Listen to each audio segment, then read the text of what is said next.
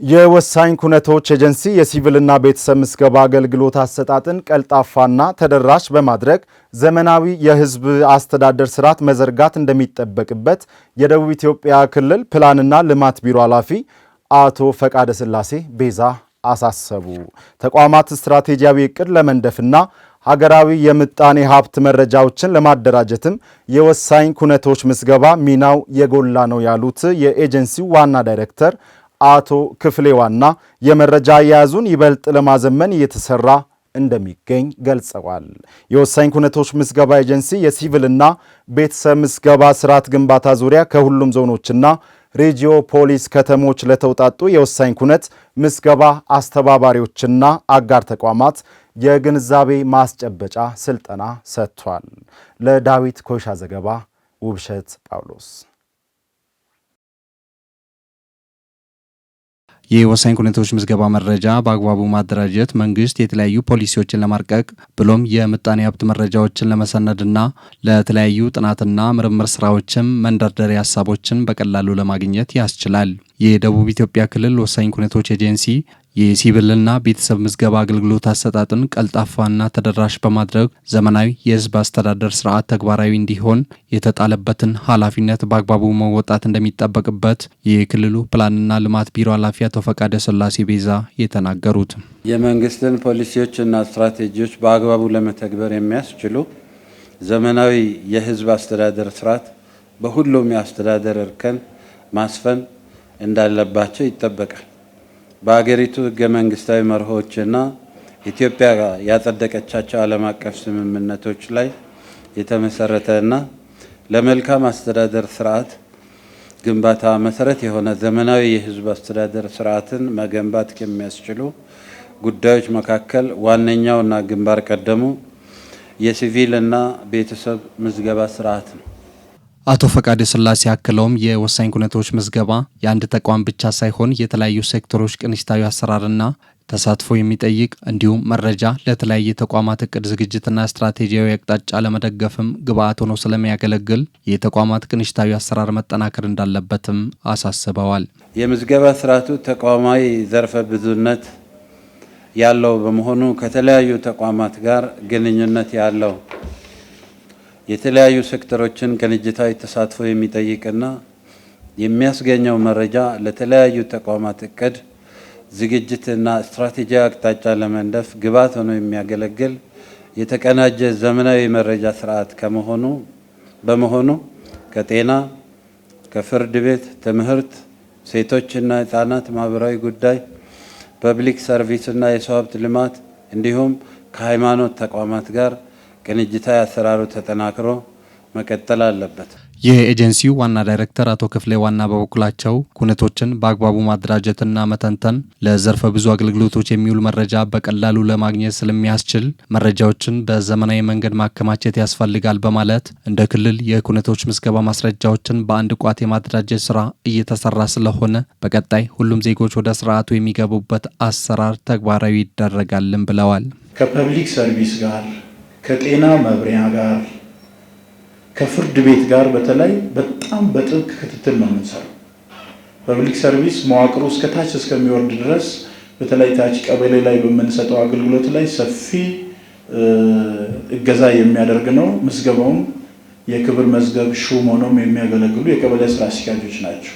ሌላው ትልቅ ባለድርሻ አካላት ከጤና ጋር የምንሰራው ስራ ኩነቶቹ ልደትም ይሁን ሞት በሁሉም ሆስፒታሎች በሁሉም ጤና ጣቢያዎች መመዝገብ አለባቸው፣ መታወቅ አለባቸው። አደረጃጀቱን በማጠናከር እንዲሁም ከወሳኝ ኩነቶችን ከመመዝገብ ባለፈ ፋሚሊ ሬጅስትሬሽንም የዚህ ተቋም አንድ ስራ ሆኖ በቀጣይ በጥንካሬ ያሉ ጉድለቶችንም በማረም ለመስራት ሰፊ ተግባራት እየተከናወኑ ይገኛሉ። ኤጀንሲው በሲቪልና ቤተሰብ ምዝገባ ስርዓት ግንባታ ዙሪያ ለሁሉም ዞኖችና ሬጂዮ ፖሊስ ከተማ ፋይናንስና ፕላን እንዲሁም የወሳኝ ኩነቶች ምዝገባ መዋቅር አመራሮች በተዘጋጀ የግንዛቤ ማስጨበጫ ስልጠና የተሳተፉትም ስልጠናው በዘርፉ የሚስተዋሉ ችግሮችን ለመቅረፍና ተቋማዊ ቅንጅት ለማጠናከር እንደሚያግዝም ተናግረዋል። አገልግሎት ለማግኘት ባለበትም አካባቢ እራቅ ብሎም ሲሄድ ትክክለኛ ማንነቱን ሊገልጽ በሚችል ብሔራዊ በሆነ ምዝገባ ሰርቲፊኬቶች ራሱን አገልግሎት ጥያቄውን ጠይቆ ማግኘት የሚችልበት አክሴስ የሚፈጥር ጉዳይ ነው። ስለዚህ ወሳኝ ጉዳይ ማህበረሰቡ በቂ ግንዛቤ ወስዶ ይሄንን ሰርቲፊኬት ማግኘት አለበት። አንድ ሰው የልደት ሰርቲፊኬት ሲያገኝ፣ አንድ ሰው የጋብቻ ሰርቲፊኬት ሲይዝ፣ የቤተሰብ ምዝገባ ሰርቲፊኬት የቤተሰብ አባላትን የሚይዝ አሁን አዲስ የተጀመረውን ነገር ሲይዝ ቀጣይ ለሚመጡ የአገልግሎት ጥያቄዎች በጣም ወሳኝ ሚና አለው። ከዛ ባለፈ እንደ መንግስት በጀት ለመያዝ አስፈላጊ አገልግሎቶችን ለማቅረብ ህጋዊ ጉዳዮችን ምላሽ ለመስጠት እነዚህ ዶክመንቶች መሰረታዊ ነገሮች ናቸው። ኩነቶችን ምዝገባ ሲያከናውን አንደኛው እንግዲህ ልደት አለ፣ ሞት አለ፣ ጋብቻ አለ፣ ፍቺ አለ፣ ጉድፈቻ አለ፣ አባትነትን እንግዲህ በፍርድ ቤት የማወቅ ጉዳይ፣ እነዚህ የመሳሰሉ ስራዎችን የሚያከናውን በጣም ቁልፍ ተቋም ነው። ተቋሙ ከማህበራዊም ከኢኮኖሚያም አኳያ ሲታይ ያለው ፋይዳ በጣም ከፍተኛ ነው። የግብርና ኢንዱስትሪና ቱሪዝም ዘርፎችን ጨምሮ የተለያዩ የኢንቨስትመንት አማራጮችን ወደ ሀብት መቀየር የሚያስችሉ ሳይንሳዊ ጥናትና ምርምር ውጤቶችን ለፖሊሲ አመንጮች ለማቅረብ እየተሰራ መሆኑን የደቡብ ኢትዮጵያ ክልል አቅም ግንባታና ፖሊሲ ጥናት ኢንስቲትዩት አስታወቀ። የመልካም አስተዳደር ችግሮችን የሚቀርፍና የክልሉን እምቅ አቅም ወደ ሀብት መቀየር ለሚያስችል የጥናትና ምርምር ትኩረት እንደሚደረግም ተመላክቷል። ኢንስቲትዩቱ በቀጣይ የ100 ቀናት እቅድ ዙሪያ ውይይት አካሂዷል። እድገት እስራኤል ተጨማሪ አለው። የደቡብ ኢትዮጵያ ክልል አቅም ግንባታና ፖሊሲ ጥናትና ምርምር ኢንስቲትዩት ዋና ዳይሬክተር ፕሮፌሰር ታከለ ታደሰ ከተቋሙ አመራርና ባለሙያዎች ጋር በቀጣይ 100 ቀናት የሚከናወኑ ተግባራት ዙሪያ በተወያዩበት ወቅት ተቋሙ በማህበራዊ፣ ኢኮኖሚያዊ፣ የመልካም አስተዳደር፣ ዲሞክራሲ፣ የአመራርና አስተዳደር አጋርነትና የህዝብ ተጠቃሚነት የሚያረጋግጡ ስራዎችን ሲሰራ መቆየቱን ገልጸዋል። በክልሉ በግብርና፣ በኢንዱስትሪ፣ በማዕድን፣ በቱሪዝምና ኢንቨስትመንት ዘርፍ ያለውን አቅም ወደ ሀብት መቀየር የሚያስችልና እውቀትን መሰረት ያደረገ ጥናትና ምርምር መስራት ላይ ትኩረት ይደረጋል ብለዋል። በ12ቱ ዞኖች በግብርናው፣ በኢንዱስትሪ፣ በቱሪዝምና ባህል በዚህ ዙሪያ ትኩረት ተሰጥቶ የሚሰሩ ስራዎችን ማፕ ማድረግና ለክልሉ መንግስት የእቅድ ግብዓት እንዲሆን ከዚህ በተጨማሪ ለኢንቨስተሮችና ሌሎች በአካባቢው በልማት ለመሳተፍ የሚፈልጉ አካላት ያንን መረጃ ተጠቃሚ እንዲሆኑ ትኩረት ሰጥተን ለመስራት አንድ እቅድ ተዘጋጅቷል። ሌላው ትኩረት ሰጥተን እንሰራለን ብለን የያዝነው የክልሉ የገቢ ማመንጨት አቅም ያው የተጀመሩ ስራዎች አሉ። ግን ጥናት ላይ እንደገና ከልሰን የመሰብሰብ አቅሙን በደንብ ለይተን ለውሳኔ ለማቅረብ አንድ ትልቅ ትኩረት ተደርጎ በጥናትና ምርምር ተለይቷል።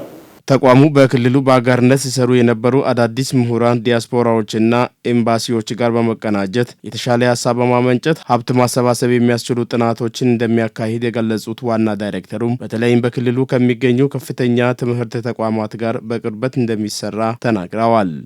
ሌላው በአካባቢ በክልሉ ያካሉ ዩኒቨርሲቲዎች ጋር ምርምር ተቋማት እና ቴክኒክና ሙያ ኮሌጆች ጋር በጋራ ያለን ሀብት የሰው ኃይል እና ሌሎች ሀብቶችን ላቦራቶሪዎች ሊሆን ይችላሉ፣ የተመራማሪዎች አቅም ሊሆን ይችላል፣ የምርምር አጀንዳዎችም ቢኮዝ ትላልቅ በጀት ተመድቦ ይሄ ኢንስቲትዩትም ለምርምር በጀት ይመደብለታል። ሌሎች በአካባቢ ያሉ ዩኒቨርሲቲዎችን በጀት ይመደብላቸዋል። ይሄ ሀብት አንድ ላይ በማቀናጀት የክልሉን ማህበራዊና ኢኮኖሚያዊ ችግር በሚፈቱ ምርምሮች ላይ ትኩረት ሰጥተን ለመስራት ፕላስ በሰው ኃይል ልማትም ትልቁ ልማት ክልሉም ከእነዚህ ተቋማት የሚፈልገው በሰው ኃይል ልማት ከአጫጭር ስልጠናዎች እስከ ከፍተኛ የሰው ኃይል ልማት ላይ ሊያግዙ ይችላሉ። በማህበረሰብ ጉድኝት ላይም ፕላስ በቴክኖሎጂ ሽግግርም በጋራ የሚሰሩ ስራዎች ስላሉ በቀጣይ ባሉ ቀናት ከነዚህ ተቋማት ጋር የውይይት መድረክ በማዘጋጀት ማን ምን ይስራ በጋራ የሚሰሩ በተናጠል የሚሰሩ ስራዎች ላይ ለመወያየትና የጋራ አቅጣጫ ለማስቀመጥ እቅድ ተይዟል። የመልካም አስተዳደርና ዴሞክራሲ ላይ የሚደረጉ ጥናቶች መንግስት ችግሮችን በመለየት ስራውን በተገቢ ሁኔታ እንዲያከናውን ያስችላል ያሉት ፕሮፌሰር ታከለ የፖሊሲ ክለሳ ምክረ ሀሳብና መመሪያዎች ዝግጅት ይደረጋልን ብለዋል። ሌሎች ፖሊሲ ብሪፍ በተለያዩ ጊዜያት የተጠኑ ትላልቅ ምርምር ፕሮጀክቶች አሉ። እነዚህን የጥናትና ምርምር ፕሮጀክቶች ውጤት በዚህ በተቋሙ የተሰሩ አሉ። እነዛን ለፖሊሲ ለስትራቴጂና ለፕሮግራም በሚሆን መልኩ አዘጋጅተን የፖሊሲ ብሪፍ የምክር መድረክ በሪጂናል የሆነ ለማዘጋጀት እቅድ ይዘናል። ሌላው የተለያዩ መመሪያዎችን አዋጅ አለ፣ በክልሉ ምክር ቤት የጸደቀ ደንብ አለ። ስለዚህ ሌሎች ስራን ሊያሳልጡ የሚችሉ መመሪያዎችን ለማዘጋጀት እቅድ ይዘናል። አንደኛው የቦርድ ማቋቋሚያ መመሪያ፣ የጥናትና የማማከር አገልግሎት መመሪያ፣ የአቅም ግንባታ መመሪያ እና ሌሎች ወሳኝ የሆኑ አሰራሮችን ሰርተን አዘጋጅተን በየደረጃው በማጸደቅ ወደ ስራ ለመግባት ትልቅ ትኩረት ተሰጥቶ እየተሰራ ነው ያለው። ሌላው ቢፒአርን ብዙዎች ተቋማት እንደጸደቀ ወደ ስራ እንደተገባ ቅድም ውይይቱ ላይ ሰምታችኋል። የዚሁ አልገባም፣ እሱም ወደ ጸድቆ ቶሎ ብሎ ወደ ስራ በመግባት ዘርፍ ተለይቶ የራሳቸውን እቅድ ከልሰው በፍጥነት እና የራሳቸው የተሻለ ሀሳብ ጨምሮ ለክልሉ የራሳችን ድርሻ ለመወጣት የመቶ ቀን እቅድ አዘጋጅተን እየሰራን ያለ ነው። የክልሉ መንግስት ቅድሚያ የሚሰጠው የህዝብን ፍላጎት መሰረት ያደረጉ ችግር ፈቺ ጥናትና ምርምሮችን ለመስራት ጥረት እንደሚደረግም ተመላክቷል። የወላይታ ሶዶ ከተማ የአራዳ ምድብ የሴቶችና ህፃናት ልዩ ችሎት ለአቅመ ሔዋን ያልደረሱ ሴት ልጆችን አስገድዶ የደፈሩ 2 ግለሰቦች በ17 ዓመት ጽኑ እስራት እንዲቀጡ ውሳኔ አስተላለፈ። ለቤት ሰራተኝነት ባመጣችው የ8 ዓመት ልጅ ላይ ከፍተኛ የአካል ጉዳት ያደረሰች አንዲት ግለሰብ በ2 ዓመት ጽኑ እስራት መቀጣቷ ተሰምቷል። በሴቶችና ህፃናት ላይ የሚደርሰውን አካላዊ ጥቃትና ስነ ልቦናዊ ጉዳት ለመከላከል የፍትህ ተቋማትን ጨምሮ ሁሉም ቤተ እምነቶችና ማህበረሰቡም በጋራ እንዲረባረብ ጥሪ ተላልፏል። ለአዲሱ ተፈሪ ዘገባ ትዝታ ታከለ። በተለያዩ አካባቢዎች በየጊዜው እየከፋ የመጣውን በሴቶችና ህጻናት ላይ የሚደርሱ አሰቃቂ አካላዊ ጥቃትና ስነ ልቦናዊ ጉዳት ለመከላከል የፍትህ ተቋማትን ጨምሮ ሁሉም ቤተ እምነቶችና ጉዳዩ የሚመለከታቸው ባለድርሻ አካላት የጋራ ርብርብ ማድረግ ይኖርባቸዋል። ከዚህ ጋር በተያያዘ የወላይታ ሶዶ ከተማ አራዳ ምድብ የሴቶችና ህጻናት ልዩ ችሎት የ10ና የ11 ዓመት ሴት ልጆችን አስገድደው የደፈሩ በመምህር ቆስቴ ሌራና በልዩ ኃይል ፖሊስ መኮንን ሞልሾ ላይ የ16 እና የ17 ዓመት ጽኑ እስራት ወስኗል። ሰው ሆኖ የሚያስብ እንግዲህ አይምሮ ያለ ሰው ያልታመመ ሰላማዊ ሰው እንደዚህ ያደርጋል የሚል ወላድ ሆኖ የራሱ በተለይ ይሄ ቆስቴ ሌራ ማነው መኮንን የተባለው የሚስቱን ልጅ ነው የደፈረው። ሚስቱ ልጅ እቺ የሱ የ6 ወር ህፃን አለ ቤት ያችን የማሳደግ ወላጆቿ ሚስትየው ከዛ ከወላጆቿ አምጥታ ኢቤቱ አስቀምጣ እያለች ነው እንደዚህ አይነት ድፍረት የፈጸመው። በጣም ከባድ ነው። ስለዚህ እነዚህንም ሰዎች እንግዲህ ወደፊት ያስተምራል ብለን ውሳኔ የአንደኛው 17 ዓመት ነው፣ የአንደኛው 16 ዓመት ነው። ስለዚህ ወደፊት ይሄንን የሚሰማ ወገን እንግዲህ በሚዲያም ይሁን በሬዲዮም ሰምቶ ሌሎች ህብረተሰብ ይማራል። መኮንን ሞልሼ የሚባል ተከሳሽ ነበረ። ያው እሱ አስገድዶ መድፈር ወንጀል ነው የፈጸመው። ወንጀሉን በ10 ዓመት ህፃን ልጅ ነው የተፈጸመው እና ይህ ደግሞ እጅግ በጣም ያስተምራል፣ ህብረተሰቡንም ያስተምራል የሚል ያው ክስ አቅርበናል። በዛ በክሱ መሰረት ፍርድ ቤቱም ደግሞ መዝገቡን መርምሮ አይቶ ውሳኔ ሰጥቷል። ያ ውሳኔ ደግሞ ያው እጅግ በጣም ደስ ብሎናል፣ አስተምሮናል። ነገር ግን ለቀጣዩ ምንድነው መደረግ ያለበት? ህዝቡ ህብረተሰቡ ማወቅ አለበት።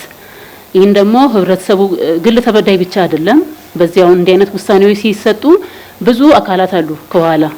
ስለዚህ እነዛ አካላቶች ይጎዳሉ፣ ልጆች አሏቸው፣ ልጆቻቸው ይጎዳሉ፣ ስብናቸው ይጎዳል፣ ለተለያዩ አደጋዎች ስለሚጋለጡ ህብረተሰቡ ደግሞ ይህንን አውቆ ለቀጣዩ እንዲህ አይነት ወንጀል እንዳይፈጸም በየቤተ ክርስቲያናት፣ በተቋማት፣ በፖለቲካ መድረኮች፣ በገበያዎች ላይ እንዲህ አይነት ትምህርት መስጠት አለበት። መምህር ሆኖ የተሻለ ነገር ማስተማር ሲገባው ገንዘብ በመስጠት እድሜ ያልደረሳትን በማታለል ልጅቷን አቅርቦ ውሃ ቀርታ ለማምጣት በሄደችበት አታለው ገንዘብ በመስጠት ከአቅሟ በላይ የሆነ ጥቃት በማድረሱ ነው ዛሬ ጉዳት ማነው ፍርድ ቤቱ ውሳኔ ሊሰጥ የቻለው።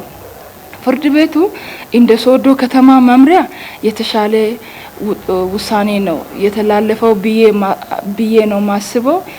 ግን በህብረተሰቡ ዘንድ ሌላው ያሰበ ያቀደ አካል እንደ ሶዶ ከተማ የተለያዩ የወንጀል ድርጊቶች በህፃናት ላይ ይፈጸማሉ። ነገር ግን አስተማሪ ነው ብዬ ነው ማስበው። በሌላ በኩል ደግሞ ለቤት ሰራተኝነት ያመጣችውን የ8 ዓመት ልጅ ያላግባብ የልጄን ምግብ ይበላል በማለት በጋለ ቢላዋ እጆቹን በማቃጠል ከፍተኛ የአካልና የስነ ልቦና ጉዳት ያደረሰችው ወይዘሮ ሚሚ ወሊቦ በ2 ዓመት ጽኑ እስራት ተቀጣለች።